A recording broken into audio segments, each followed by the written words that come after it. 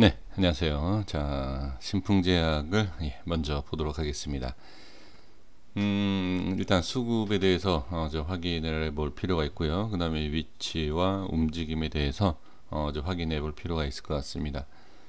신풍제약 오늘 모습에서 제가 어제 말씀드린 내용대로 일단은 나왔습니다. 매도 물량이 줄었죠. 매도 물량이 줄고 매수가 나올 수 있다, 이런 말씀을 드렸는데, 이게 바로 수급에 대한 전환이라고 이제 볼 수가 있습니다.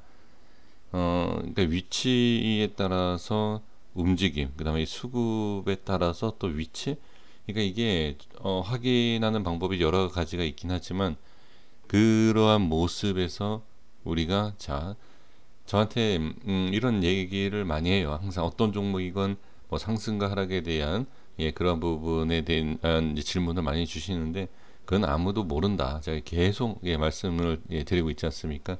그거는 알 수가 없습니다. 근데 이제 확률적으로 어느 쪽이 더 나올 수 있다, 뭐 이렇게 얘기할 수는 있겠지만, 1%의 확률대로 만약에 상승이 99%, 하락이 1%다. 근데 그 1%에 대한 부분으로 하락하는 경우가 더 많아요. 그러면 그게 확률이 1%가 아니죠. 그러니까 통계적으로 봤을 때 이렇게 생각하시면 돼요. 우리가 주식을 매매를 하다 보면 매수를 하면 올라가는 경우가 많나요? 뭐 아니면 뭐 사람에 따라 다르겠지만, 투자자에 따라마다 다르겠지만 하락하는 경우가 많나요? 그러니까 그거를 보시면 돼요. 그래서 그거는 실력하고 실력과는 크게 그게 좀 다르지 않아요. 그러니까 어렵다는 거예요, 확인하기가. 그래서 일단은 상승과 하락에 대한 부분, 그거는 쉽게 얘기할 수 있는 부분이 아닙니다. 그래서 일단은 그 부분에 있어서는 제가 아예 명확하게 이렇게 딱 말씀을 드리겠고, 그 다음에 이제 변동성에 대한 부분을 확인해야 되겠죠. 제가 이제 어제 이 수급에 대한 부분도 말씀을 드렸지만, 변동성에 대한 부분도 분명히 같이 말씀을 드렸습니다. 그러니까 이렇게 확인을 해야지, 제가 말씀드렸던 내용이 어느 정도 일치가 된다라고 얘기를 할 수 있는 거지. 자, 볼게요. 그러니까 오늘이죠. 오늘 마이너스 1% 시작했는데 마이너스 11%까지 빠졌죠. 이런 모습을 봤을 때, 이거는 오늘 코스닥이라든지 뭐 코스피도 밀렸다가 다시 이렇게 올라와 줬지만, 그런 증시에 대한 영향이 있는 거 아니냐, 네, 이렇게 생각할 수 있어요. 근데 그렇게 따진다라고 하면, 만약에 밀렸던 만큼 밀렸다 그러면 올라온 만큼 올라와야 됩니다. 그쵸? 근데 지금 보면은 이게 지금 코스피 종목이지 않습니까? 자, 볼게요.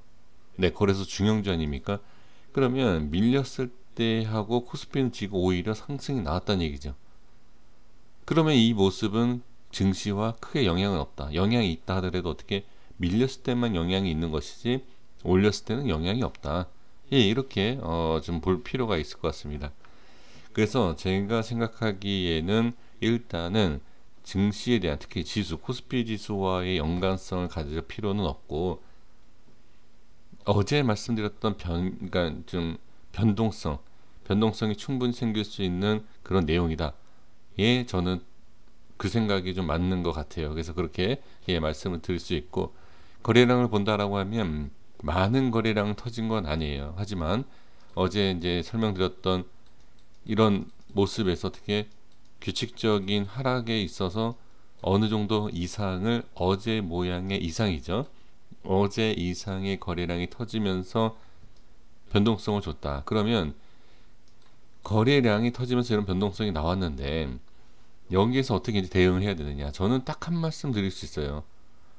밀렸다가 나중에 올라온다 하더라도 제가 말씀드린 이 기준 이탈 시에 저는 그렇게 할 것 같아요. 저는 반이던 뭐 10분의 뭐 조금 10%든 20%든 어느 정도는 손절 쳐야 된다. 저는 그렇게 그냥 말씀을 드릴게요. 그냥 밀리면 그렇다는 겁니다. 지금 밀리지 않았습니다. 자, 그래서 오늘 최저가가 한번 볼게요. 저점이 몇이었는지 볼게요. 68,400원이죠. 그러면 일단은 제가 말씀드린 이 녹색을 보셔야 됩니다. 67,500원, 한 1,000원 차이입니다. 지금 1,000원 차이로 이 근처를 찍고 지금 올라온 상태예요. 그러면 아직 밀리지 않았다. 지지를 해주고 있다. 그쵸? 이 모습이 나쁘다라고 얘기할 수는 없고, 밑꼬리가 달려있는 것을 봤을 때는 긍정적이다. 하지만 일단은 음봉이고 밀린 상태이고 거래량이 어제보다 좀 많이 터지기 시작했다. 그쵸? 이런 걸 봤을 때 그냥 반반 5대5로 본다라고 하면 밀렸을 때는 과감하게 대응을 하셔야 된다. 전 그렇게 봐야 됩니다. 밑꼬리가 달린다라고 해서 무조건 상승이다. 자, 여기 한번 볼게요. 이 신풍제약의 이 전 모습을 보면 여기에요. 좋은 자리를 찍고 올라갔죠.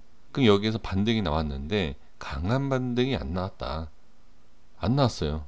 그게 이제 거래량에 대한, 이게 지금 핵심 자리입니다. 이게 이 부분이 우리가 알 수가 없는 것뿐이지, 이걸 기준으로 잡고 얘기를 해도 무리가 아니에요. 과연 자, 여태까지 계속 개인이 매도하고 프로그램 쪽에서 매수가 들어온 부분과 이때도 엄청난 물량을 받아 먹고선 위로 올려준, 그러니까 이거부터 이상하게 봐야 된다는 얘기죠. 그러니까 단순하게 이 모습으로 봤을 때는 좋다. 거래량도 그래서 매수세가 강해서 올렸지만 결과적으로는 저항받고 빠진 부분이지 않습니까? 그러니까 이러한 모습으로 봤을 때는, 자, 지금도 마찬가지인 게 이런 꼬리를 달았기 때문에 상승할 수 있다. 네, 상승할 수 있어요. 밑꼬리가 달린 부분, 그리고 오늘 이후에 상승할 수 있다. 하지만 상승이 어디까지 갈지는 이것도 확인해야 된다. 그래서 위로 올라가는 거에 있어서는 굳이 대응할 필요가 없잖아요. 그냥 올라가기 때문에 대응할 필요가 없지만 밑으로 빠졌을 때는 그래도 어느 정도 대응이 돼야 된다. 자, 좀 키워서 볼게요. 네, 이렇게 보겠습니다.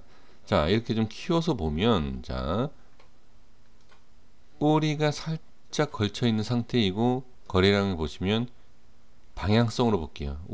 상향으로 돌리기 시작하는 부분입니다. 그렇다고 해서 이게 무조건 많게 이렇게 터질까요? 그렇진 않아요. 계속 이것처럼 이렇게 돌리면서 터지진 않습니다. 규칙적으로. 분명히 많이 터진다든지 적게 터진다든지 이런 불규칙성을 갖고서는 거래량이 나올 거다. 저는 그렇게 예상을 합니다. 그래서 바로 좀 분봉 잠깐 보고 정리할게요. 자, 5분봉을 보시면 지금 이 라인, 제가 이제 설정해드린 이 라인에 대한 지지가 되고 있는 상황이긴 하지만, 잘 보시면 이 72,500원에 대한 부분, 자, 여기에서 변동성 한번 툭 주죠. 자, 시가에 대한 부분과 저점에 대한 부분을 이렇게 한번 대충 볼게요. 이 라인 때 중심을 잡아주는 게 보이십니까? 그리고 여기에 대한 이 파동, 기본적인 파동, 그러니까 이런 기본적인 내용을 아셔야 되지 않을까 싶어요. 그러니까 뭐냐면 기준 자리라는 게 있어요. 그 중요한 자리인데 그 중요한 자리에서 이러한 파동이 나온다라는 것을 좀 알아주셔야 됩니다. 그래서 이게 예전에 제가 설정하긴 했지만 중심에 대한 부분과 파동이 나와주는 부분이다.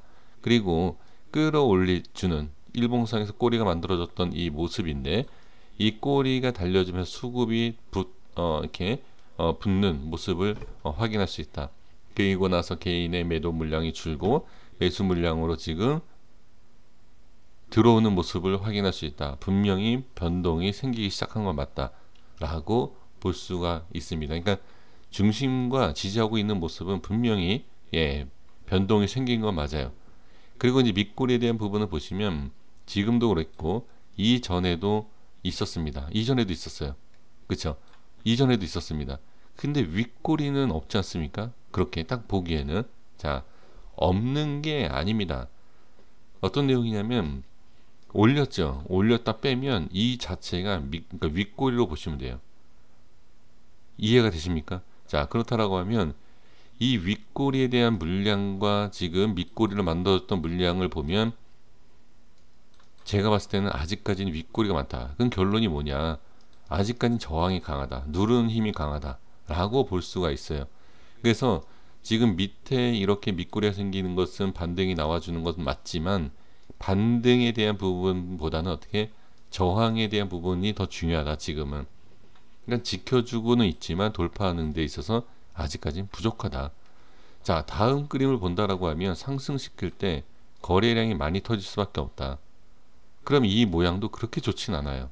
자, 그래서 일단은 중요한 것은 상승을 먼저 시켜주는 게 좋은데, 상승이 나올 때 거래량이 터질 수밖에 없는 상황인데 이 모습이 과연 나올 것이냐. 자, 그래서 내일 모양은 제가 뭐 거래량이 터지면서 상승이 나온다, 예, 이거를 미리 예, 알 수는 없죠. 예, 미리 알 수는 없지만 이 부분에 있어서 상승할 때 어떻게 쫓아가지 마셔라. 자, 밀리면, 자, 이제 말씀드리는 겁니다.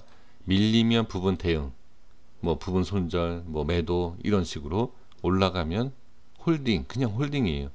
매수가 아닙니다. 확인되셨습니까?